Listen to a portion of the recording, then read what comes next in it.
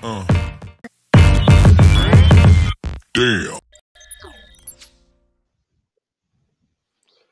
Et bonsoir tout le monde, merci d'être avec nous pour ce direct, pour ce débrief européen, cette rencontre face au Partizan Belgrade qui s'est soldée sur un match nul un partout avec le GC Nice. J'ai le plaisir d'avoir avec moi Jérémy pour en parler. Salut Jérémy, comment tu vas? Salut Sky, salut à tous. Écoute, ça va plutôt bien, fin de semaine, et on a vu un match où il y a beaucoup de choses à dire, des positives, des négatives, mais ça va être intéressant. Ouais, beaucoup de choses à dire, beaucoup de choses différentes. Je me faisais la réflexion ce matin en lisant un peu la réaction de la communauté sur Twitter. Effectivement, je pense que il y a des gens avec qui je n'ai pas vu le même match. Bon, d'un côté, tant mieux. Ça alimente le débat et on verra voilà, quel avis est majoritaire. On va voir un peu ton avis aussi, évidemment, et ce qu'on peut dire de cette rencontre. Un match nul un partout. Déjà, on va peut-être se concentrer on va dire sur le contexte autour du match avant de rentrer doucement dans la partie. Jérémy, c'est voilà, on sort de ce match nul face à Cologne où on avait un peu de regret vu la deuxième période, mais bon, en soi, c'était pas un mauvais résultat.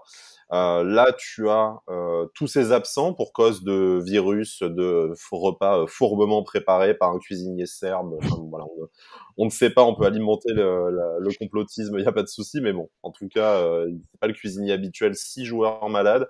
Bilal Brahimi qui fait un petit tour à l'hôpital, Melvin Barr qui ne se remet pas assez pour être sur la feuille de match. Donc du coup, voilà, une équipe avec du turnover plus ou moins voulu.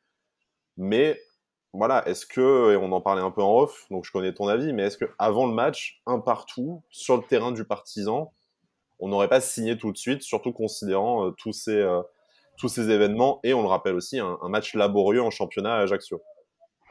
Ouais, tout à fait. Alors en fait, comme on en avait parlé, et même dans Avanti-Nice lundi, j'avais dit que pour moi un match nul aurait été bien, parce que c'est vrai que à la Belgrade, comme ça, on sait que c'est un déplacement compliqué. Et justement aller faire, bon, j'espère aussi un bon résultat à Cologne, et faire un résultat comme on a fait à Belgrade, c'est pas mal. C'est, comment dire, on reste dans la course, et justement on laisse pas la possibilité aux partisans Belgrade de nous distancer, donc c'est plutôt pas mal comme résultat, j'ai envie de dire. En plus, justement, à défaut de pas avoir gagné, cette fois on n'a pas perdu, donc c'est déjà pas mal. On a pu tenir le coup à la fin. Après, voilà, moi je reste un petit peu frustré quand même, parce que en fait, au vu du scénario du match, Forcément. je me dis qu'en fait on a fait le plus dur en marquant très tôt, parce justement on a mis un peu comme une clim, quoi. Ils n'ont pas réussi à enflammer, on va dire, le match, donc je me suis dit c'est bien joué, c'est bien qu'on ait réussi à marquer tôt. Et après, je sais pas, en fait, je me suis dit, bon, même s'ils ont eu des grosses occasions en fin de première mi-temps, notamment avec le sauvetage d'Atal, Mmh. on a bien commencé Le la seconde mi-temps, en sacrifice, fait. presque Ouais, même d'ailleurs, bien ouais. touché dans la figure, dans le coup, sur l'occasion. Ouais, il est resté par terre quelques instants, le pauvre, mais bon, Mmh. il a fait le travail. Mais après, justement, en seconde mi-temps, moi, je me suis dit, on a même bien joué, je trouve, le premier quart d'heure, en fait, jusqu'au but du Partizan, on dominait plutôt. Et en fait, bon, je sais pas que j'ai pris la confiance, mais je me suis dit, bon, ça se présente bien, puis je le sentais bien, je me suis dit, bon, bah, peut-être qu'on va gagner, on va faire un bon coup. Et après, bon, ben, on m'a rappelé que j'étais supporter de Nice, donc il fallait pas s'enflammer, quoi. On n'a Mais pas le droit d'être tout à fait voilà, heureux, il faut pas déconner non voilà, plus, c'est mais ça. Il faut pas rêver. Mais voilà, après, c'est vrai que après le but du Partizan, c'était un peu plus compliqué. Et bon, juste avant, on a l'occasion de la board qui c'est dommage. Mais voilà, bon, en fait, on a un match où on aurait pu gagner, bon, on aurait pu perdre à la fin. mmh. Bon, au final, on fait match nul, c'est pas un mauvais résultat, mais j'ai quand même une petite frustration au vu du match, et surtout au vu de la prestation de quelques joueurs qui ont fait un très très bon match, je trouve, dont Lemina, Boudaoui. J'ai beaucoup Ouais, aimé leur ça en prestation. parle, sur le chat Ouais, de mm, Mario Lemina, effectivement. ouais. On en profite pour vous dire un merci d'être avec nous sur le chat. Vous n'hésitez pas, voilà, à réagir, poser des questions, donner votre avis. Surtout, voilà, pas de libre antenne, mais on va en tout cas essayer de partager vos avis dans ce numéro. On rappelle aussi, voilà, que c'est enregistré. Vous nous retrouvez en vidéo sur la chaîne YouTube de Sports Content et en audio sur les plateformes habituelles où vous êtes abonné à Avantinissa. Donc voilà, n'hésitez pas. C'est peut-être un peu moins participatif qu'une libre antenne, mais en tout cas, on essaye, voilà, on essaiera de partager votre avis. Et comme tu le disais, Jérémy, forcément, je pense que rapidement, quand on va peut-être lancer le sondage pour Quentin qui est au standard, mais dans quelques minutes sur l'homme du match. Mais je pense qu'il n'y a pas de secret sur son identité. Mais pour en rester sur le scénario du match et sur le résultat, je ne sais plus qui le disait sur Twitter, et j'espère qu'il m'excusera d'avoir oublié son pseudo. Je me demande si c'était pas Pancho, auquel cas il m'en voudra certainement. Mais en tout cas, en fait, c'est vrai qu'il y a un univers parallèle dans le multivers où on a 6 points en fait après ces deux rencontres parce qu'on ne passe pas à grand chose. Après, il y a aussi une terre 3542 ou alors où l'OGC Nice a 0 points après ces deux matchs, mais bon, malgré tout, 2 points. On aurait peut-être signé pour ça avant le début de la compétition. Il y a cette double confrontation face à Slovako qui arrive, qui est supposément l'adversaire le plus faible, où tu peux faire le plein de points et bien te lancer pour la qualification.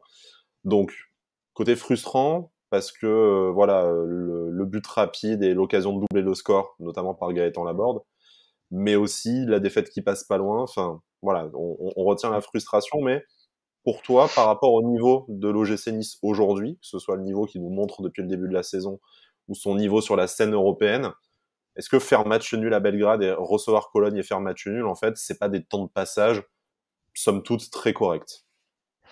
Ouais, tout à fait. C'est vrai qu'au vu du début de saison qu'on a eu, qui est quand même compliqué, se dire que là on a comment dire, on a affronté nos deux concurrents pour les places en huitième de finale après, c'est sûr que c'est pas si mal. Et surtout que bon, encore une fois, le déplacement à Belgrade, et on sait que c'est toujours compliqué. Après, justement, en fait, c'est là où moi j'étais content hier soir quand j'ai vu qu'on menait au score. Je me suis dit, si on a déjà 4 points, sachant qu'on est allé gagner à Belgrade, on a quand même un petit bonus en fait qui nous permet d'aborder les prochains matchs avec un peu plus de sérénité. Parce que là, du coup, c'est pas qu'on est obligé de gagner contre Slovako, mais il Tu faut dois quand même, prendre 4 points voilà, minimum, quand même. voilà, il faut prendre 4 points minimum. Il faut le faire, comme ça au moins t'as pas de mauvaise surprise. Donc voilà, on va dire que c'est plutôt pas mal pour l'instant. On est dans la course pour se qualifier, donc c'est bien. Mais voilà, il va falloir assumer sur ces deux matchs contre Slovako. Et par contre, attention, parce qu'en fait, ils marquent beaucoup de buts. En fait, ils ont fait 3-3 contre Belgrade, je crois. Et là, ils ont perdu, mais 4-2 quand même à Cologne. Je crois Donc, que c'était à la fois la meilleure montre. attaque et la moins bonne défense, non, il me semble. Hein, du Mm, coup, ça fait quoi? Ça fait 5 buts marqués, comme Cologne, mais 7 buts encaissés. Donc, ouais. voilà, ça devrait être un match ouvert. Peut-être que ça On va avoir du correspondra spectacle. bien à l'OGC Nice. En tout cas, on aura du spectacle, mais on y reviendra Mm, peut-être en fin d'émission. Mais voilà, il y a quand même ce besoin de prendre les points face à Slovako. Et de toute façon, je pense que si tu ne prends pas au moins 4 points face à cette équipe-là, tu ne mérites tout simplement pas d'aller plus ouais. loin dans la compétition et tu pourras jouer la qualification à la maison face à Belgrade sans avoir à trembler des genoux jusqu'à la fin face à Cologne. Et peut-être même qu'en C'est ça. fait, tu pourras te permettre un match de gala pour la première place à Cologne le 3 novembre. Mais Mm. on n'y est pas encore, on espère être toujours vivant dans ce groupe début novembre. La suite des événements, ce sera début octobre, parce qu'il y a la trêve internationale qui arrive après le match de Ligue 1 ce week-end face à Angers. Donc revenons sur ce match face aux Partisans. Commençons peut-être par les choix de Lucien Favre, enfin en tout cas le 11 aligné. Alors, forcément, des choix qui sont un peu aussi orchestrés par cette contamination, cette intoxication alimentaire de la veille. Hein. L'équipe laissait penser que la titularisation de Kasper Schmeichel, elle n'aurait pas été forcément si évidente que ça si Marcin Bulka avait pu passer une nuit correcte la veille. Bon, pour Joe Bryan, on ne saura jamais, mais en tout cas, au final, le virus a quand même ça a rendu un certain service à l'OGC Nice de ce côté-là, parce que c'est le buteur niçois de la soirée. Mais voilà, plus que les choix de Lucien Favre, regardons peut-être déjà la composition d'équipe. Donc Kasper Schmeichel, même si c'est sûrement un peu subi, pareil pour Joe Bryan. Commençons peut-être voilà par le maintien de Dante, parce que c'était un sondage que Mm. j'avais lancé la semaine dernière. C'était normal, selon toi, de maintenir Dante par rapport à son expérience voilà le déplacement toujours périlleux à Belgrade. Et surtout, est-ce qu'au final, rétrospectivement, avec la performance du capitaine de l'OGC Nice, c'était une bonne idée? Ouais, moi j'étais plus team Dante contre Belgrade, même si ça avait été Viti à la place, ça m'aurait plu aussi. Mais c'est vrai que bon, je trouve ça logique que ce soit Dante qui ait joué ce match parce qu'il fallait il est quand même il est encore à un très bon niveau. Il a progressé par rapport à son début de saison quand même. Et il fallait qu'on ait son expérience et son calme derrière pour ce genre de match-là. Donc voilà, moi ça me surprend pas. Cette titularisation m'a pas surpris. Après, par contre, c'est vrai que ce serait bien qu'il souffle un petit peu contre Angers, je pense, parce que, bah, comme on l'avait dit, il a quand même disputé tous les matchs dans leur intégralité depuis le début de saison. À son âge, c'est franchement chapeau quand même. Hein, il faut le faire. Et puis là, même si au début de saison, les 2-3 premiers matchs, c'était compliqué, là, il a quand même un niveau, un très bon niveau. Donc c'est pour ça qu'on encaisse moins de buts d'ailleurs, parce que bon, avec Dante et Todibo, tu as quand même deux défenseurs de très haut niveau. Donc non, moi Dante hier, ça m'a pas choqué. Après la compo m'a plu parce qu'on a pu, comment dire, on a quand même un 11 compétitif et en plus, comme il disait sur RMC, on avait quand même un banc avec quelques choix Mm. intéressants, justement la possibilité de faire entrer Sofiane Diop, Alexis Beka. Ce qui nous a peut-être C'est permis quand même. de pas prendre l'eau en fin de match, hein. Ouais, D'ailleurs, on y mm, reviendra après, mais tu sentais qu'on avait peut-être plus de profondeur de banc ouais. que le partisan et que ça nous a permis, et notamment par l'intermédiaire de Sofiane Diop, d'avoir quand même des occasions en fin de partie.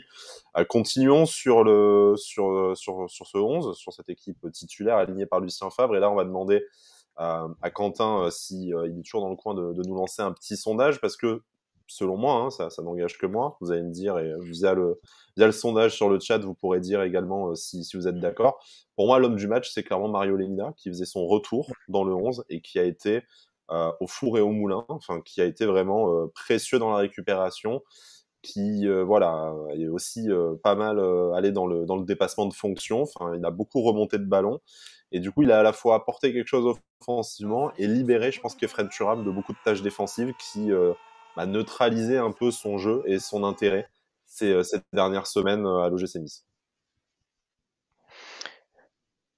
Ouais, totalement. C'est vrai qu'il a été très bon. Et Boudaoui aussi, moi j'ai beaucoup aimé son match, mais c'est vrai qu'en fait le milieu de terrain était très. En fait, on avait dit dans Avant Initial lundi justement que ça aurait été bien de repasser avec un milieu à 3 Mm. pour que Kefren Turam puisse jouer un cran plus haut. Et là, on avait un milieu de terrain que j'ai trouvé complet.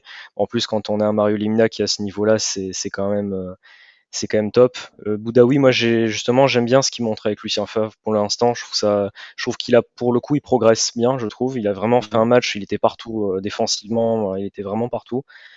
Après par contre Thuram a eu un match plus compliqué, mais je pense que c'est vraiment physiquement il a du mal. C'est pas qu'il Mm. est mauvais ou qu'il a fait un mauvais match, mais on voit que physiquement il pioche un peu. Je pense que c'est le joueur qui a le plus enchaîné avec Dante.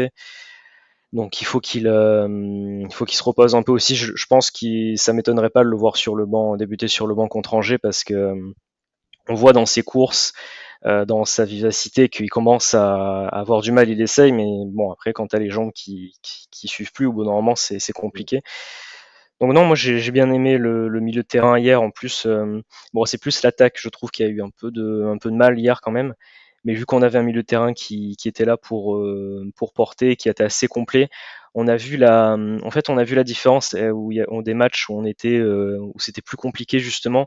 Mm. Là, au moins, on avait un milieu de terrain qui était présent dans l'impact et on a pu développer un petit peu de jeu, même si, bon, on va en reparler, je pense, après. Ouais. En termes de qualité technique, quand même, c'était quand même Vraiment compliqué, hein, très certains très moments. Ouais. compliqué. Et c'est voilà, c'est là-dessus que j'ai du mal à dire qu'on a fait un Mm, match vraiment abouti. Mais en tout cas, voilà, mm, hein, sur le sondage, hein, pour l'instant, Mario Lemina fait l'unanimité, hein. Donc ça, il y a ouais. pas de voilà, il y a pas trop de surprises. Effectivement, Mm, tu fais bien de souligner l'excellent match de Hicham Boudaoui. Bon, moi, c'est un joueur que titre personnel j'apprécie, qui a été trop irrégulier ces dernières saisons pour pouvoir prétendre à une place dans le 11 titulaire et surtout dans le cœur du jeu, parce qu'au final, avec Galtier, il pouvait être considéré comme titulaire, mais à ce poste un peu ingrat de faux ailier droit, même si ça a très bien acquitté de sa tâche. Et là, depuis 2 rencontres, on voit Hicham Boudaoui, il a vraiment été voilà, il a vraiment été précieux. Alors sur le chat, on me demande où je suis. Ben, du coup, je suis là, hein. Voilà, je suis pas bougé. C'est malheureusement moi avec ce magnifique t-shirt à fleurs, comme le dit Juju, effectivement. Voilà. Bon, bref, blague à part et commentaires vestimentaires mis à part. Donc voilà, Mario Lemina vraiment qui semble et qui là en une rencontre a rappelé à ceux, s'il y en avait encore supporters niçois, qui doutait en fait qu'il avait entièrement sa place dans le 11 titulaire. Et ça se fait peut-être un peu au détriment d'un autre joueur, que ce soit le retour en forme de Hicham Boudaoui ou ben, la continuité de Mario Lemina. C'est Alexis Beka qui a quand même, je trouve, beaucoup de mal à s'insérer dans ce 11, malgré un certain statut qui lui est conféré par ben, ce but au barrage retour face à Tel Aviv. Et puis aussi ben, le montant de son transfert, hein, mine de rien, ça compte, hein, environ 12 millions d'euros. Donc du coup, est-ce que voilà, pour toi, c'est quand même une logique sportive qui s'applique et qu'aujourd'hui, Alexis Beka n'a pas montré de quoi s'insérer durablement dans le 11 et prétendre à autre chose que d'être un super sub en fin de match? Ou est-ce que tu as envie d'en voir plus? Moi, titre personnel, je suis un peu déçu de ses entrées. Bien sûr, il y a ce match face à Tel Aviv, il y a le match face à Cologne où il a beaucoup apporté, mais je trouve qu'il y a énormément de déchets techniques. Alors, peut-être pas tout mettre sur son dos de ce côté-là, parce que ses coéquipiers en ont aussi beaucoup, mais il y a un gros volume de jeu, mais je trouve qu'il, pour l'instant, il a du mal à peser sur le jeu collectif niçois. Ouais, tout à fait. C'est vrai que, alors moi j'aimerais bien le revoir un petit peu parce que je pense qu'il a besoin d'enchaîner. Après, c'est vrai que bah, hier, quand il est rentré, j'aime bien en fait son activité. Je trouve qu'il justement il est très vif, il court beaucoup, il arrive à bien se placer.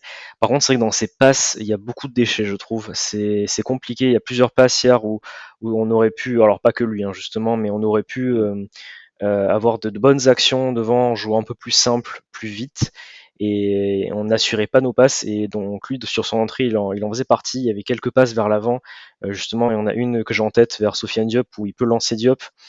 Et en fait, bah, il a passe un joueur du Partizan et je me suis dit, ah, c'est dommage. Et Mm. plusieurs fois, on dirait qu'il se précipite un peu en fait. Il est vif, mais justement, il se précipite un petit peu des fois, j'ai l'impression. C'est dommage parce que je pense que techniquement, il a du niveau, quoi. Parce que bon, tu mets pas un but comme tu l'as mis contre le Maccabi si t'es pas bon techniquement. Donc voilà, enfin, un peu comme toute l'équipe hier, il a quand même eu beaucoup de déchets. Mm. Mais voilà, moi j'espère quand même le revoir parce que je pense qu'il peut être qu'il peut beaucoup nous apporter. À voir par contre les joueurs qui l'accompagnent au milieu de terrain. Comme Mm. Thuram, moi je pense que c'est un joueur qui a besoin d'être dans un milieu à 3 Et pour peut-être pas avec Lemina et Boudaoui. Ça ferait peut-être triple ouais, emploi à ce ouais, c'est ça. moment-là. On le verrait peut-être plus à la place de Boudaoui, par exemple, avec Thuram devant lui. Je dis pas que Ouais, c'est ce que je veux, mais dans le profil, si jamais tu dois en associer trois. ouais, moi je verrais plus un ouais, Lemina ou Barclay BKBK ou Thuram BKBK. Mm. Bon, sachant que Thuram reste titulaire indiscutable, mais dans le turnover, on va dire, avec les matchs qui s'enchaînent, il faut toujours de toute façon une sentinelle. Si tu veux continuer à jouer à 3 comme ça, avoir une sentinelle Mm. et un joueur comme Boudaoui justement, hein, quelqu'un qui fait un peu le travail de l'ombre, qui récupère des ballons, qui fait des efforts défensifs pour les autres et après un milieu un peu plus créatif ou qui porte le ballon devant. Je pense que c'est le meilleur équilibre qu'on peut avoir. Donc voilà, je pense que lui, ce serait vraiment un peu, comme tu le dis avec Boudaoui, le joueur qui ferait les efforts un peu pour tout le monde parce qu'il a l'air vraiment d'avoir du coffre, de la vivacité et une bonne endurance quand même. Donc je pense que voilà. Après, c'est vrai qu'hier, c'est un peu dommage. Justement, je suis compté sur les entrants pour remettre un petit peu d'allant Mm. dans l'équipe parce que j'espérais qu'on arrive à mettre ce deuxième but, mais bon, malheureusement, ça a pas suffi. Mais Personne ne fait vraiment une bonne entrée, hein, on va en parler après. Il y a mm, peut-être Sofiane Diop qui sort un peu du lot avec son occasion. Mais voilà, ça a été ouais. assez compliqué, je trouve. Passons à l'attaque, un trio inédit, hein, Pépé, Ilié, Laborde, absence de Andy Delors oblige. On se demandait comment on allait marquer sans Andy Delors, parce que c'est quand même extrêmement compliqué depuis le début de la saison. Et ben bon, c'est Joe Bryan, sur lequel on reviendra aussi après sur son match et je pense son profil très ambivalent, mais voilà. Alors sur le chat, hein, on nous fait remarquer, c'est Lionel hein, qui nous dit, mais en fait, Rarechilier ne tire jamais. Donc est-ce que pour toi, notre craquito roumain qui nous avait un peu illuminé le début de saison, bien terne, a fait un mauvais match, ou est-ce que au final c'est ce qu'on attend de lui et bah, il a peut-être aussi les défauts de sa jeunesse et voilà, peut-être, moi je dirais difficile pour lui de prendre ses responsabilités dans une équipe où en fait il est entouré de joueurs avec un statut, que ce soit salarial, au niveau de la carrière, tellement différent du sien. Tu vois, moi je pense qu'en fait, je peux comprendre que Raresh, il n'ose pas prendre ses responsabilités quand il a l'impression qu'il peut servir Nicolas Pepe ou Gaëtan Laborde, qui sont des joueurs plus confirmés, qui ont déjà fait des saisons à 10 ou 20 buts et qui connaissent déjà le championnat de France. Moi, alors hier soir, j'ai pas trouvé qu'il a fait un match très bon. Honnêtement, j'ai trouvé son match assez terne, mais on voit qu'il a quelque chose, ce joueur, je trouve, parce qu'il a justement de la personnalité. Je trouve qu'il arrive bien à gérer ce statut, comme tu l'as dit, où justement il arrive dans le championnat quand même avec un niveau qui n'est pas celui du championnat de France, avec des joueurs qui sont bon, qui ont quand même des noms, hein, comme Nicolas Pepe par exemple. Je trouve qu'il s'en sort plutôt bien de ce côté-là. Il a vraiment quelque chose, ce joueur. Tu vois que techniquement, il est vraiment adroit. Après, je trouve que des fois, en fait, il disparaît du match. À un moment donné, on l'a vu en début de match, en fait, et pendant la première mi-temps, il y a des fois, je me suis dit, ah oui, c'est vrai qu'il y a Rarechilier, on le revoit, mais des fois, on dirait qu'il a un peu de côté, en fait. Il se transforme Ouais, en Calvin Stengs d'un coup et ouais. hop là, disparu. Mm. Mais ouais, Mais bon, après, il fait ça quand fait mal même au mieux cœur faire pour cette blague. l'instant. Mais... Ouais. Après, C'est il fait malheureusement quand pas même très mieux, dur et mais... là mon cœur saigne quoi. Je suis en train d'enfoncer Mm. le poignard. Je dois regarder les matchs d'Antwerp, c'est fabuleux. Bon bref, conneries à part, voilà, Rachelier un peu peut-être Mm. timide, mais comme tu disais, Ouais, un il peu vient dans timide, ce ouais, voilà. championnat qui a quand même pas le même le même statut. Moi j'ai vraiment trouvé, alors bon c'est peut-être une vue de l'esprit aussi, hein, mais j'ai trouvé intéressant aussi de le voir un peu entre les lignes. On a souvent dit, hein, que ce soit toi, que ce soit Pancho, dans le podcast, hein, qu'on avait l'impression que l'équipe était coupée en deux ou en trois. Mm. Ben, j'ai trouvé qu'il participait justement à apporter un peu de lien entre le milieu et l'attaque. Alors, je ne sais pas si c'est que lui, si c'est aussi le changement de système avec ce 4-3-3, ou est-ce que c'est voilà, tout le monde qui en a fait un peu plus. Mais voilà, je l'ai souvent trouvé dans cette position intermédiaire. Alors, bien aidé par un latéral qui monte aussi, mais voilà, je trouve que ça a au moins permis de faire le relais entre un Kefren Turam et un Nicolas Pepe, par exemple, et qui du coup, voilà, du coup a permis de fluidifier un peu de jeu, même si comme tu le disais tout à l'heure, il y a eu aussi énormément de déchets techniques qui ont fait qu'on ne peut pas non plus se vanter d'avoir vu du Joga Bonito hier soir. Je parlais de Nicolas Pepe, je pense que c'est un peu le joueur sur lequel on attendait le plus de choses en ce début de saison. C'est compliqué, toujours. En fait, j'aurais même du mal à te dire s'il a fait un bon match ou pas. Parce qu'à la fois, on l'a beaucoup vu, il a quand même été beaucoup présent aux avant-postes, il a beaucoup servi ses coéquipiers en attaque, mais j'arrive pas à me souvenir d'un moment où il a vraiment été dangereux ou décisif, où il a vraiment transformé une possession de balle en véritable action. Donc en fait, j'ai l'impression que Nicolas Pepe est là, il est volontaire, il a un certain volume de jeu, mais qu'en fait, il ne pèse jamais vraiment sur ce qui se passe aux avant-postes. Et là où ça m'inquiète un peu, c'est qu'en fait, quand tu fais venir Nicolas Pepe en prêt sans option d'achat, tu le fais venir parce que normalement, c'est le joueur qui est censé t'apporter tout de suite quelque chose. Et alors, bien sûr, la saison est encore longue, il est arrivé il y a même pas un mois, mais en fait, très clairement, il t'apporte pas tout de suite quelque chose et tu as l'impression qu'il est un peu à relancer, comme d'autres joueurs que tu as pu recruter cet été par le passé. Moi, je trouve bon, hier, il a plutôt fait un match. Alors, en fait, le problème, c'est qu'il est plutôt bon, mais en fait, je l'attends pas trop dans ce registre-là. Moi, je m'attendais vraiment à un joueur qui percute, en fait, qui percute, qui fasse des différences en un contre un, qui crée des décalages, qui aille vite. Là, il est plus dans le collectif, je trouve. Alors, il va servir justement, bah, par exemple, Laborde sur son occasion hier. Il fait une très belle action, je trouve. Il fait vraiment ce qu'il faut. Ouais, il est plus dans le collectif, dans la passe. Après, il amène quand même beaucoup de profondeur parce qu'il se décale beaucoup à chaque fois, il crée des espaces, c'est pas mal. Mais c'est vrai que je l'attends plus quand même dans la percussion, dans le fait de vraiment déstabiliser la défense adverse. Pour l'instant, il le fait pas dans ce registre-là où on l'attend en fait. Et alors peut-être que c'est des consignes aussi, ce sont des consignes de Lucien Favre, alors, à voir, ça je sais pas trop. Mais c'est vrai que bon pour l'instant, je trouve que par exemple il a fait un meilleur match contre Ajaccio. Pour moi Ajaccio c'était vraiment le match où il avait le Pas moins très le moins dur. apporté. Voilà. Mais c'était quand même mieux. Mais voilà, c'est sûr que sur ces matchs-là, tu attends de ces joueurs-là en fait, tu attends qu'ils fassent des différences parce que c'est leur moment pour briller, c'est leur moment pour justement nous rapporter des points. Et en plus, oui, pour Nicolas Pepe qui risque de rester seulement un an, tu t'attends à avoir un résultat tout de suite. C'est pas comme Chili où par exemple on va dire bon, il vient Oui. de Roumanie, il faut qu'il s'adapte et tout. Là, tu dis bon, Nicolas Pepe, c'est Nicolas Pepe. Même si la dernière saison c'était un peu compliqué à Arsenal, ça reste un super joueur. Il faut qu'il arrive et qu'il nous fasse du bien. Alors il nous fait du bien hein, quand même, hein, c'est parce qu'il apporte quand même beaucoup de choses, je trouve, techniquement. Il a eu un peu de déchets, mais je trouve que c'est quand même un des rares qui a pas eu beaucoup de Mm. déchets hier soir.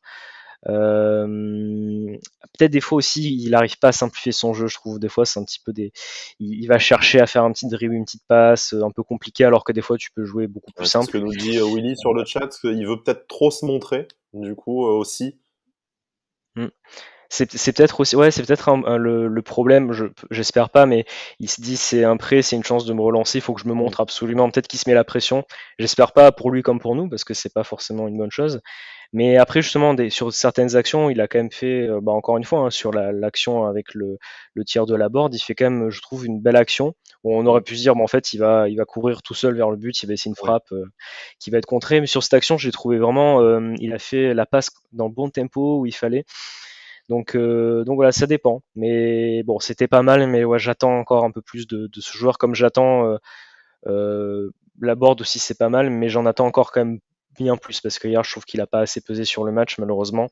Bah Mais vas-y, même si ça reste un super. je te laisse continuer, on reviendra forcément sur cette occasion aussi. Je pense qu'il a échappé à aucun téléspectateur du match. Alors après, sur l'occasion, c'est pas, comment dire, c'est pas une occasion où il est tout seul devant les buts et qu'il n'y a pas le gardien et il est sur la ligne, il loupe, hein. Mais tu dois faire Non, mieux. mais Moi, quand quand même. j'ai vu la frappe, j'ai dit, mais qu'est-ce qu'il fait? Enfin, Mm. j'ai pas, je suis resté bête parce que je me suis dit, en plus, c'est juste avant que le Partizan marque, je me suis dit, on a eu un bon quart d'heure là depuis le retour de la seconde mi-temps. Si on met le deuxième but, là, c'est super. Mm. Alors quand j'ai vu Pépé récupérer le ballon, je dis maintenant quoi, il faut y aller. Et en plus, je me suis dit, bon, quand j'ai vu que c'était Laborde qui avait le ballon, je dis, bon, il va nous faire un truc. Quand j'ai vu la frappe, j'ai dit, oula, qu'est-ce qui s'est passé? Parce que je me suis Non, dit, on dirait qu'il a paniqué, en fait, et c'est étrange de sa Alors qu'il part a le parce que, temps, hein, ouais, alors qu'il veuille ouais, pas le tirer de son mauvais pied en première mm, intention, je veux comprendre, surtout que voilà, le défenseur est décalé, donc il a le temps de se la mettre sur le bon pied, tout ça. Enfin, il a le temps, il se l'amène parfaitement mm. pour faire cette frappe-là. Est-ce que Gaëtan Laborde n'est pas en confiance? Est-ce que ça commence à trotter dans sa tête parce que pas de but depuis son arrivée à l'OGC Nice? Il y avait l'absence peut-être d'Andy Delors aussi, il s'en est sorti orphelin. Enfin, encore une fois, hein, ça fait 4 matchs qu'il est là. Il est arrivé dans les toutes dernières heures du mercato. D'ailleurs, Dante, en après-match, a dit voilà, la moitié de l'équipe titulaire est arrivée le 31 août. Qu'est-ce que vous voulez attendre de mieux? Bon, on est à moitié d'accord avec ses propos, mais est-ce que Gaëtan Laborde, voilà, c'est une déception pour l'instant? Est-ce que ça va se faire naturellement dans la saison? Ou est-ce que voilà, il y a un problème peut-être collectif comme les autres joueurs qu'on a pu citer, et notamment Nicolas Pepe? Moi, je pense que ça va venir au fur et à mesure parce que ça reste un super attaquant. Moi, je suis pas déçu pour l'instant de ce qu'il montre parce que bon, il a pas marqué, mais je trouve qu'il a sur tous les matchs. Là, je vais sur tous les matchs. Pour l'instant, il fait quand même de bonnes choses. Il nous permet de nous procurer quand même beaucoup d'occasions sur les derniers matchs. On voit que c'est un très bon joueur, même techniquement, il apporte quand même pas mal. Mais justement, moi, c'est le match hier soir où je me suis dit c'est dommage quoi qu'il n'ait pas réussi parce que ces derniers matchs étaient quand même plutôt bons, même si bon contre Ajaccio, il n'a pas vraiment pu briller hein, parce que c'était un peu compliqué pour les attaquants. Mais sur ce match-là, je me suis dit bon, il peut montrer, c'est dans ces matchs-là où il peut montrer des choses justement, et on l'a pas vu. Donc c'est moi ce match-là hier m'a un peu déçu de sa part. Après ben je l'en veux pas, même sur l'occasion, même si il m'a énervé hier soir sur le coup, je vais pas le critiquer pour ça et dire que il est pas bon, hein, loin de là. Hein, ça reste un super joueur quand même et je suis très content qu'il soit là. Alors, Mais Matt sur le chat me fait remarquer qu'il se met en fait sur son mauvais pied, parce qu'effectivement, ah il se met sur son pied droit. Bon, parce que dans ce cas-là, je comprends oui, encore moins. Bon, mmh, ça explique la qualité relative de la frappe, au moins ouais, déjà, si on doit trouver voilà, tu une peux vite t'enrouler. explication. Mais voilà, excuse-moi de t'avoir coupé, hein, Non, non, pas de souci. Non, non, mais ouais, justement, voilà, moi, je m'inquiète pas du tout pour Gaëtan Laborde. Ça fait 4 matchs, mais ça fait aussi que 4 matchs, et vu on n'a pas trop le temps de préparer les matchs hmm. entre les matchs, justement, c'est un peu compliqué.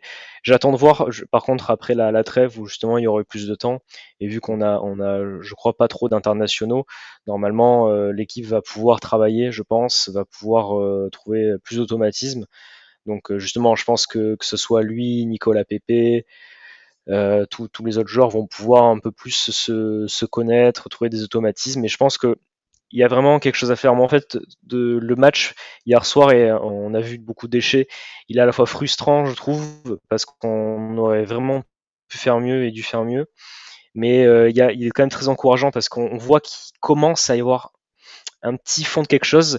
Mais quand tu as des joueurs qui sont là, comme Youssef Attal qui a encore fait un super match, quand tu as justement Boudaoui et Lemina qui sont à ce niveau-là, tu commences à avoir une équipe qui commence à vivre en fait, qui commence à montrer des choses. Alors même si hier soir c'était quand même pas génial, on a quand même du mieux je trouve depuis Cologne. Enfin sur ces deux matchs-là, Cologne et Belgrade, même si c'est pas des matchs incroyables, on a montré des choses je trouve en plus. Et tu te dis ça peut nous servir de base pour la suite, quoi. Effectivement, on va en parler un peu du contenu hein, du jeu. Du coup, c'est Thibaut hein, qui me dit qui nous dit pardon sur le chat que dans le jeu on est mieux. Alors, je voudrais vous poser, hein, que ce soit sur le chat ou à toi, Jérémy, la question suivante. Est-ce que tu trouves que on est mieux dans le jeu, qu'il y a une vraie amélioration et on cherchera les éléments de pourquoi, hein, des premières explications. Mais tu trouves qu'on est mieux dans le jeu ou est-ce qu'en fait l'OGC Nice n'élève pas son niveau en Coupe d'Europe parce qu'en fait, quand tu y réfléchis, et ça sera à confirmer ou à infirmer dimanche face à Angers, mais quand tu y réfléchis, les meilleurs matchs de l'OGC Nice cette saison, c'est ces 4 matchs de Coupe d'Europe.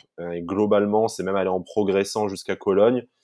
Là, je pense qu'il y a débat pour dire si hier c'était mieux que Cologne, mais voilà, hein, du match initial face à Tel Aviv où tu as plein d'occasions, mais tu perds au match retour où tu as la maîtrise du jeu, Cologne que tu enflammes en deuxième période et là où tu as quand même malgré tout réussi à proposer quelque chose de cohérent, on est mieux. Mais moi, je n'ai jamais vu ça en championnat, même dans les 2 matchs que tu gagnes à Lille et à Ajaccio. J'ai jamais eu cette qualité de jeu en championnat. Donc, est-ce que c'est du progrès ou est-ce que c'est la Coupe d'Europe qui est voilà un surplus de motivation pour le GC Nice? Je pense que c'est un peu des deux parce que c'est vrai que les deux matchs pour l'instant de Coupe d'Europe, enfin non, même les 4 matchs, pardon, avec le Maccabi Tel Aviv, c'est vrai que pour l'instant, c'est un peu des échappatoires. Pour l'instant, la Coupe d'Europe nous sert, je trouve, plus à construire quelque chose qu'à justement fatiguer tout le monde et encore plus, on va dire, décimer l'équipe. Donc ça, c'est plutôt une bonne chose. Mais je pense que oui, le fait de jouer la Coupe d'Europe, ça aide certains joueurs à avoir de l'envie, à vouloir se montrer et dire on joue quand même une Coupe d'Europe, allez, on y va, c'est bien. Après, je pense aussi que c'est une progression et c'est comment dire, on joue contre des équipes aussi qui nous permettent de développer du jeu. Alors non pas que par exemple contre Ajaccio, on pouvait pas développer le jeu parce qu'on pouvait, hein, mais je me dis là on joue contre des équipes aussi qui nous forcent un petit peu quand même à jouer, hein, parce que Cologne quand même ça reste une bonne équipe. Partizan Belgrade même si c'est pas un géant d'Europe, c'est quand même un club qui est un club habitué aux joutes européennes. Donc ça rajoute Avec un des petit bons peu ce petits joueurs, sentiment hein, c'est Diabaté qui nous a mis la ah oui. misère, qui aurait pu le battre à lui tout seul. Alors lui, ouais, Voilà, ouais, Ricardo lui Gomez c'était quelque chose, qui hein. a raté un but pour la première fois de la saison, hein, parce que je crois il a 11 buts depuis le début de la saison. Enfin voilà, des stades de fou là, mais voilà. Donc pour toi, c'est un peu d'amélioration et un peu le profil des équipes en face qui nous permet Mhm. de respirer en Coupe d'Europe. Mais je pense aussi que justement, vu qu'on l'équipe se force un petit peu, alors peut-être pas se force, mais vu qu'on joue mieux en Coupe d'Europe, c'est ce qui va nous permettre peut-être de prendre plus de confiance et de créer justement du jeu et des automatismes qui vont nous servir après en championnat. Ça peut servir de moteur en fait, de te dire bah, on a quand même fait des bons matchs en Coupe d'Europe, pourquoi on ferait pas aussi de bons matchs en Ligue 1 quoi. Donc peut-être ça va nous servir. Donc pour l'instant, ce qui est bien, c'est que vraiment cette Coupe d'Europe nous déjà, on n'est pas ridicule, hein, comme on l'a été la dernière fois qu'on est allé en Ligue Europa. Donc on montre quand même des choses, même si pour l'instant on n'a pas gagné, on a quand même fait deux matchs nuls contre les deux Mmh. concurrents qu'on a. Pour l'instant, elle nous sert cette Coupe d'Europe, c'est bien. Donc voilà. En plus, il y a les primes de match quand tu fais victoire ou match nul, tu as quand même des primes de match qui c'est pas la Ligue des Champions, mais c'est toujours ça de prix, et donc ça peut toujours servir. Donc pour l'instant, c'est pas mal, mais à confirmer. À confirmer, voilà, on me rappelle, c'est 13 buts en 11 matchs pour Gomez. Voilà, Ah il oui, me semblait quand que même. j'hésitais entre les deux chiffres, bah, c'est normal, voilà, parce qu'il y avait les deux en réalité. Bon, assez impressionnant, heureusement. Voilà, il n'a pas marqué contre Nice, il s'en est pas fallu de beaucoup, mais bon, il nous a offert ce point du match nul Ouais. quasiment.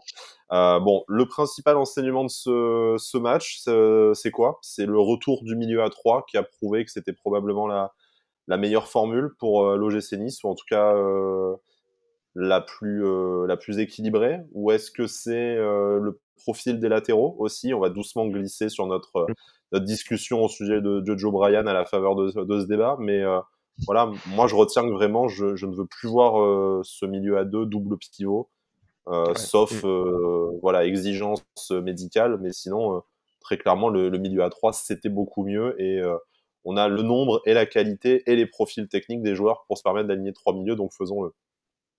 Oui, en plus, alors ouais, moi j'avoue que ce milieu à 3 me plaît plutôt parce qu'en plus, on va y revenir, enfin on va revenir avec Mario Lemina. C'est vrai que quand tu as un Mario Lemina à ce niveau-là dans un milieu à 3, c'est le top, hein.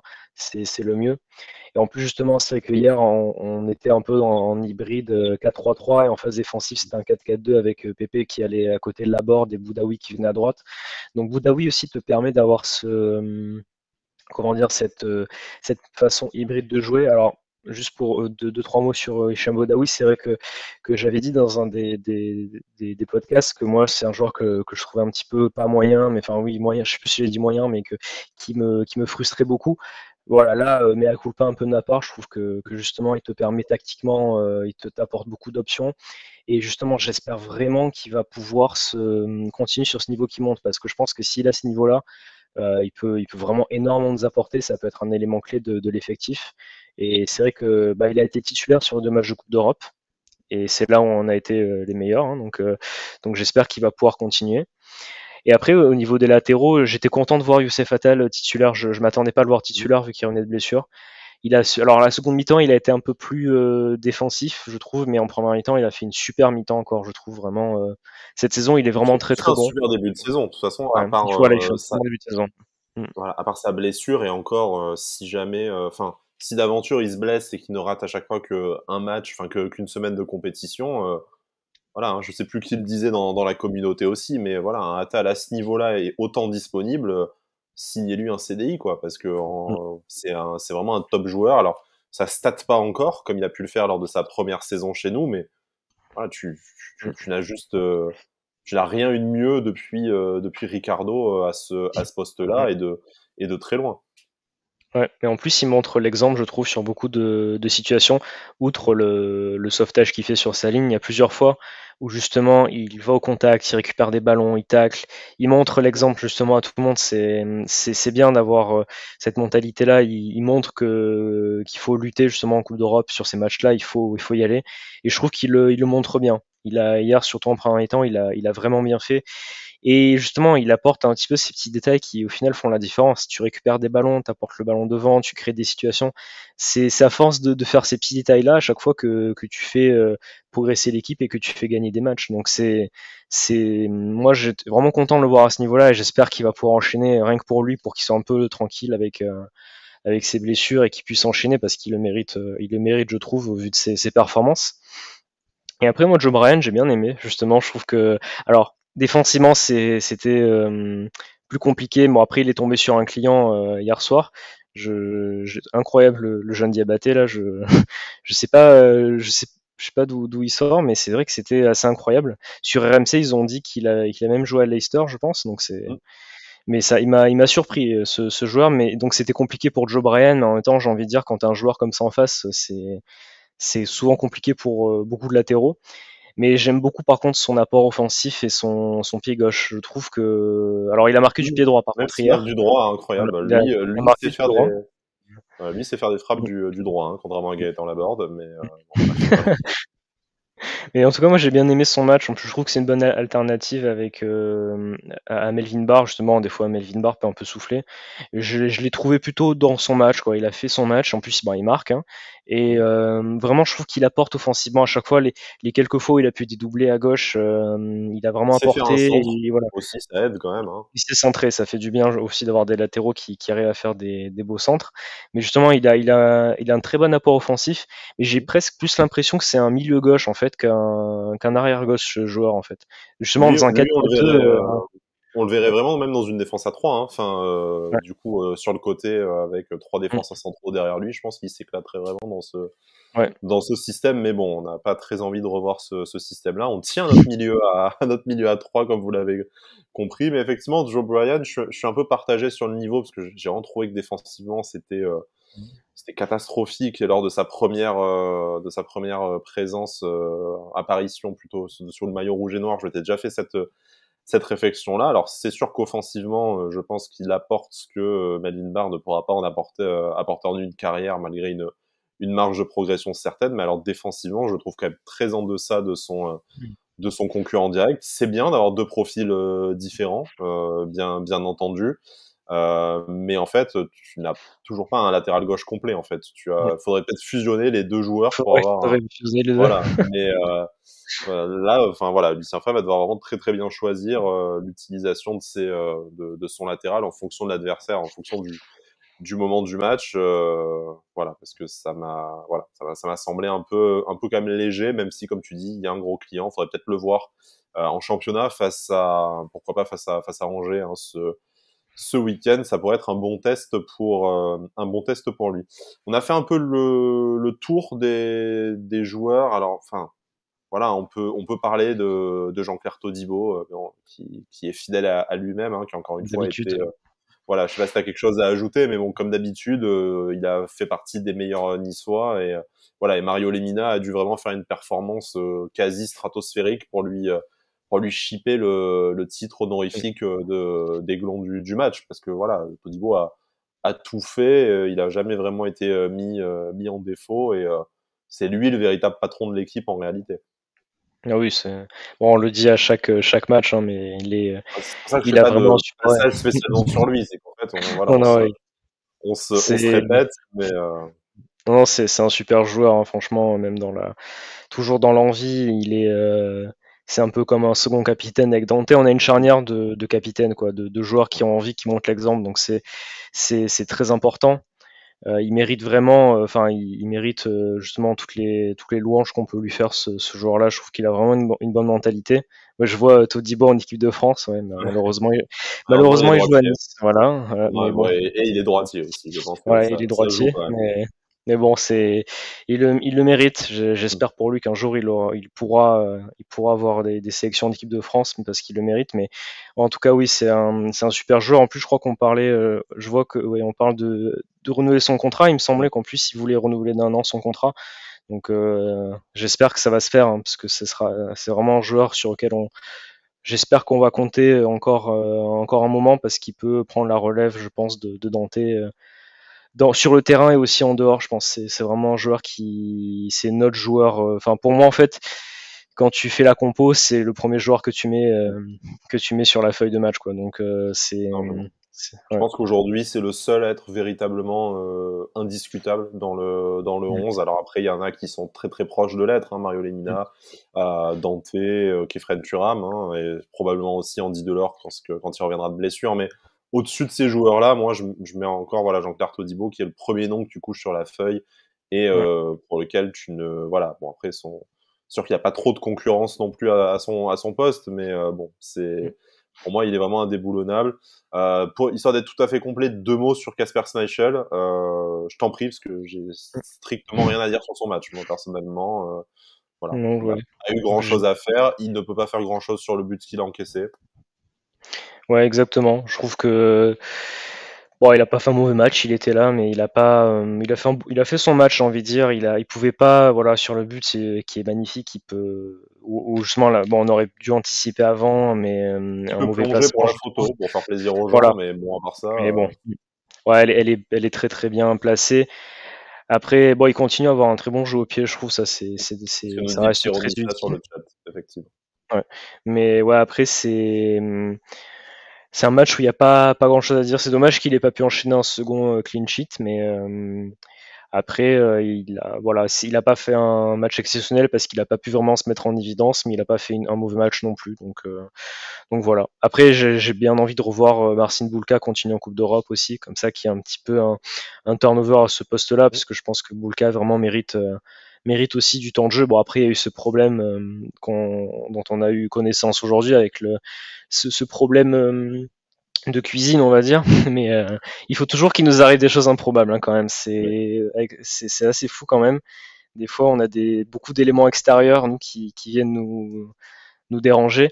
Mais bon, après, voilà, je pense que après les prochains matchs contre Slovaquie, on risque de voir Marcin Bulka et ça peut faire un bon turnover aussi entre les gardiens. Je vois pas ça par contre justement comme une concurrence. Je pense que c'est vraiment entre deux, ils vont se partager un petit peu les matchs en espérant qu'on aille loin en Coupe d'Europe et justement Bulka a tout à apprendre de Schmeichel, je pense. Donc c'est bien que ça continue comme ça, en espérant que Schmeichel arrive à garder le niveau qu'il peut avoir et ne fasse pas les petites erreurs qu'on a vues en début de saison qui nous ont malheureusement coûté quelques buts. Ouais, effectivement, on aurait pu faire un meilleur début de saison avec un peu plus de sérénité à ce poste-là, mais bon, voilà, on a la chance d'avoir quand même un jeune gardien derrière avec Marcin Bulka sur lequel on compte à l'avenir et je pense qu'aujourd'hui, bon, alors Quentin, pas à peine de t'embêter à faire un sondage, hein, mais sur le chat, voilà, si vous avez une préférence, je pense, sans trop m'avancer, que les supporters niçois donnent leur préférence à Marcin Bulka pour l'instant dans la hiérarchie des gardiens. Jérémy, on arrive petit à petit à la fin de notre émission. Hein, on va essayer de tenir l'heure. Hein, on est à 50 minutes. Bon, après, on n'était pas à une minute près. Bon, voilà, Quentin qui n'avait pas prévu de. Bon, voilà, on le remercie d'être présent avec nous et de tenir la partie, la machinerie, on va dire, de cette émission pour nous permettre de nous concentrer sur le chat et sur le contenu. Voilà, terminons. Très clairement, on avait parlé dans Avantinissa, en tout cas dans le format podcast, de la nécessité de faire une semaine à au moins 4 points. Bon, on fait un match nul là face aux Partisans. On est encore en vie, on est deuxième à égalité dans ce groupe-là avant d'affronter l'adversaire supposément plus faible. Donc, c'est pas une position idéale, mais comme tu le dis, c'est quand même mieux que nos dernières campagnes européennes. En championnat maintenant, donc victoire obligatoire pour faire cette semaine à 4 points et de toute façon victoire obligatoire pour se mettre sur de bons rails avant cette trêve internationale qui arrive et pourquoi pas si j'arrache pas le calendrier, les adversaires, les confrontations directes pardon en tête, mais a priori de bonnes chances de retrouver en plus la première partie du classement si on s'impose dimanche face à Angers. Ouais, pour moi, ce match contre Angers, il est vital pour la suite parce que c'est clairement, si tu prends 3 points, tu peux te dire, bon, bah, on a eu des difficultés, mais on est en course en Ligue Europa Conférence et en championnat, on se replace un petit peu quand même. Ça va dépendre aussi des résultats de nos concurrents, mais il suffit que par exemple, pour la 5-6e place, je ne sais plus exactement quelles sont les équipes Alors t'as Lyon dans ces cinquième positions, qui a mais 5 points d'avance sur nous et qui reçoit le PSG, donc c'est pas impossible qu'on ouais. revienne à 2,2 et tu pourrais rattraper éventuellement Monaco qui se déplace à Reims si jamais il y a des fêtes. Donc tu peux Ouais. rattraper des concurrents directs à l'Europe. Il y a Rennes Ouais, voilà, tu également peux, d'ailleurs, ouais. j'ai oublié, qui se déplace à Marseille et qui a 3 points d'avance sur Mm. nous. Ouais, voilà, donc encore justement, en plus, tu as Marseille-Rennes, tu as des matchs comme ça, où tu peux récupérer quelques points, justement, et ça peut redonner, même en championnat, tu dis, bon, bah, on a eu des difficultés, mais en attendant, en championnat, là, on reste sur 2 victoires consécutives, que ce soit avec la manière ou pas, tu as pris les points, ça peut te relancer dans les têtes justement, pendant la trêve, ça peut faire du bien, tout le monde va retravailler, va s'y mettre, et ça peut te donner un élan pour la suite. Donc moi, ce match-là, il est extrêmement important. Il faut vraiment gagner. En plus, Angers en difficulté en début de saison, il faut vraiment prendre les 3 points. En plus, ce serait une première victoire à la maison en championnat cette saison. Il faut vraiment. Ces 3 points sont très très très importants, encore plus que d'habitude. Là, ça peut te donner un élan et te donner une bonne confiance parce qu'en plus, ça te fera 2 victoires en championnat et 4 matchs sans défaite. Donc ça peut repartir sur de bonnes bases. On pourrait avoir plus de stabilité justement, plus de comment dire de confiance que les joueurs travaillent. Donc je pense que ça peut soulager tout le monde et ça peut vraiment faire du bien. Donc victoire impérative qui serait très importante. Ouais. Surtout qu'après, à la fin de la trêve, la reprise du championnat, c'est au Parc des Princes, En sur le plus. terrain du Paris Saint-Germain. Donc, sans trop s'avancer, je pense que tu peux pas trop miser sur 3 points. Donc, tu as peut-être intérêt voilà, d'essayer de te mettre du bon côté, en tout cas, du classement et éloigner cette zone rouge pour de bon pour la saison en prenant les points à la maison et offrir voilà, une première victoire aussi en championnat à la maison. En tout cas, j'ai l'impression, Jérémy, que même si les résultats ne sont pas exceptionnels depuis quelques jours, en tout cas, la confiance revient. Je nous sens, en tout cas moi personnellement, je me sens un peu moins inquiet qu'il y a 2 semaines. Alors bien sûr, c'est pas très sexy. Comptablement, on est, je pense, derrière ce que les temps de passage espérés. Dans le jeu, c'est pas le miracle non plus attendu avec Lucien Favre, mais on commence à avoir un peu des bribes de football. On commence à avoir des résultats un peu plus corrects qui nous permettent de rester en vie dans toutes les compétitions où on est engagé. Ah bon, sous réserve que ça se passe bien dimanche naturellement. Comment est-ce que voilà, est-ce que tu as un regain d'optimisme un peu qui te fait dire que peut-être que ça y est là la saison se lance doucement, ou est-ce que tu sens quand même que l'équilibre est encore extrêmement fragile? Moi, alors ouais, j'étais très très énervé et inquiet moi après notamment le match contre Monaco parce qu'on avait vraiment fait un match que je trouvais inacceptable. Minable. Après, justement, je trouve que au moins après ce match-là, c'est dommage qu'on l'ait pas fait avant, mais après ce match-là, au moins on a quand même réagi. Alors pas forcément dans le jeu où on a eu un jeu magnifique, mais au moins on se contente de faire déjà des matchs qui ressemblent un peu plus à quelque chose en termes de, alors pas niveau technique, mais déjà en termes d'envie, en termes justement de sérieux dans ce qu'on fait. On a au moins quelque chose, il y a un peu plus de, ouais, je vois justement Matlante qui dit de la cohérence. Justement, Mm. on commence à avoir c'est vraiment le mot, je trouve, on a vraiment une cohérence dans l'équipe là qui se crée. Donc je suis plutôt optimiste parce qu'en plus je me dis quand même, quand t'as cette équipe-là sur le papier quand même, t'as Delors, Laborde, Diop, Pépé, Mario Limina et French Thuram, je veux dire c'est quand même une équipe qui peut faire des choses, qui peut montrer des choses. À défaut de ne pas faire un football magnifique, c'est une équipe qui peut largement ramener des résultats contre au moins 15 équipes de Ligue 1. Donc je suis plutôt optimiste, même si après le match contre Monaco, c'est vrai que j'étais vraiment très inquiet. Là, je me dis, on a quand même quelque chose sur quoi se baser. Après, voilà, encore une fois, le match contre Angers va vraiment conditionner Oui. pas mal de choses, mais je me dis que on a quand même cette base-là, un peu plus cohérente sur laquelle s'appuyer et un groupe quand même assez, je trouve, homogène quand même sur ce qu'on a, même s'il manque, on va dire, aller peut-être un offensif polyvalent de plus, mais on monte quand même justement, vu que tu joues en 4-3-3 là, en fait, cette offensive de plus, en fait, ça va parce que tu as Raré Chilier, tu as même Bilal Brahimi après en cas de recours, mais il y a quand même, ouais, moi je reste optimiste justement et j'ai hâte du match contre Angers dimanche parce que en fait, j'ai hâte de revoir l'équipe pour me dire, allez, on va peut-être vraiment Mm. définitivement se lancer et on peut faire quelque chose et vraiment un petit peu rattraper ce début de saison qui a été compliqué. Alors on va clôturer sur un petit débat, on va dire, qu'on nous a demandé sur le chat, hein, parce qu'effectivement, on parle beaucoup de 4-3-3 hein, depuis le début de cette émission et notre volonté de revoir un milieu à 3. Donc tu disais, avec ce système-là, en plus, ça te permet peut-être d'être moins dépendant d'un joueur offensif en moins, en tout cas. Ce joueur offensif, du coup, est-ce que ça serait pas soit Andy Delors, soit Gaëtan Laborde? Parce que et c'est la question que nous posent nos auditeurs, est-ce que il y a encore la place dans un 4-3-3 pour l'association Laborde-Delors? Parce que quand même, Gaëtan Laborde, si on le fait venir, c'est dans le but de l'associer à Andy Delors. Donc est-ce qu'on est obligé de choisir entre ce milieu à 3 qui est quand même meilleur, hein, je pense, en tout cas pour l'instant, et cette attaque à 2, ou est-ce qu'il y a un moyen d'arriver à combiner les deux pour essayer d'avoir l'équipe la plus performante possible? Bon, je pense que déjà, comme hier soir, des fois, on n'aura pas le choix, de toute Mmh, façon, parce que je pense bien sûr. que ce soit des petites blessures ou comment dire, des mises au repos, des fois, que ce soit Andy Delors ou Gaëtan Laborde vont devoir souffler. Après, ça dépend aussi du rôle parce que justement, je me dis, on a eu ce 4-3-3 avec phase défensive 4-4-2, mais souvent à Montpellier, en fait, quand on regardait les compos, c'était un 4-3-3 aussi et avec Laborde, on va dire, qui était positionné sur un côté, même s'il jouait pas vraiment sur un côté, il dézonnait beaucoup. Et en fait, ce qui se passait, c'est ce qui se passait en fait quasiment avec Boudaoui hier, c'est que en fait, tu as Laborde qui se remet vachement dans l'axe avec un milieu qui vient pour justement occuper cette zone sur le côté. Donc je me dis, on peut très bien jouer comme on l'a fait hier soir, avec un Laborde à la place de Nicolas Pepe, justement, qui revient en 4K2 en phase défensive, et qui après dézone un petit peu sur l'aile, mais c'est en fonction vraiment de comment on veut jouer, de comment l'équipe se déplace. On peut avoir ce milieu à 3 avec justement les deux devant.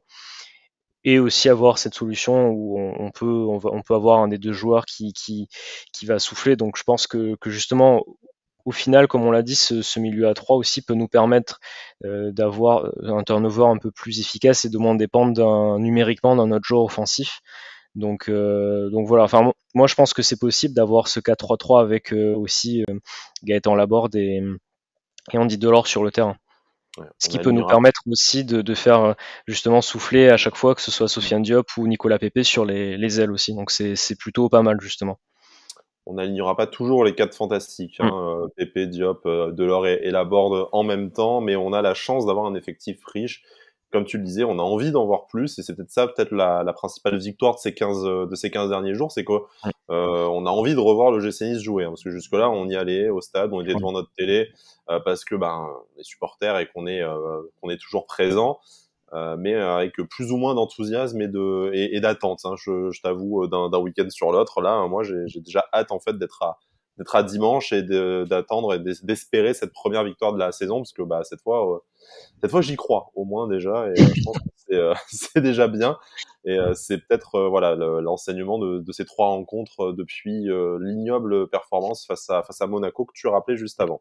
Ouais. Il est 22h, on a fait 1 heure de live, Jérémy. Je te propose d'en rester là. Nous, on revient de toute façon très rapidement, hein, dès ce dimanche ou ce lundi. On n'a pas encore tout à fait décidé de quand on allait enregistrer notre émission avant Tinissa pour débriefer ce match face à Angers. Normalement, en parlant de Twitch, vous devriez retrouver le Club Pancho avec un format un peu plus habituel dans la semaine aussi qui vient. Après, ce sera la trêve internationale, donc on se retrouvera début octobre pour débriefer ce match au Parc des Princes avant de repartir sur les routes de la Coupe d'Europe avec Slovako.